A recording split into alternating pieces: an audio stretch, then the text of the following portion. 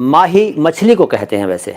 फ़िराक का क्या मीनिंग है उस्ताद जी? भाई फ़िराक जो आपने लिखा है वो तो फ़िराक होता है, फ़िराक क्यों लिखते हैं अंग्रेज़ी में? फ़िराक का मतलब जुदाई भी होता है, यानी विरह, विछोह, और फ़िक्र भी होता है।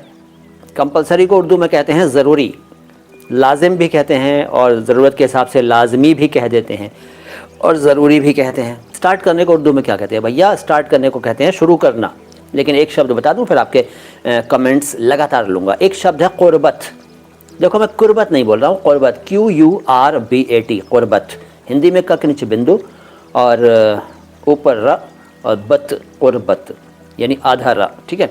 क़ुर्बत का मतलब है निकटता, नज़दीकी, समीपता, नियरनेस, और सामीप्य और नैकट्य। इसका एग्जाम्पल ये हो सकता है कि तुम्हारी क़ुर्बत में रहकर मैंने बहुत कुछ सीखा है, ठीक है। एक तो ये बात है। अब दूसरी बात थोड़ी सी ख़तरनाक है, मतलब थोड़ी सी मुख्तलिफ है। क़ुर्बत का एक अर्थ सेक्सुअल इंटरकोर्स भी होता है, लेकिन वो अर्थ बहुत संकुचित है, मतलब बहुत कम प्रचलित है, वो कहीं कहीं इस्तेमाल होता है। आम अर्थ तो बड़ा ही आम जो है वो पहले वाला है जो मैंने बताया। अच्छा, क़ुर्बत का जो अर्थ मैं बता रहा हूँ सेक्सुअल इंटरकोर्स भी होता है। उसका सेंटेंस ये हो सकता है कि मियाँ बीवी की क़ुर्बत से औलाद पैदा होती है। ये एक एग्जाम्पल हो गया।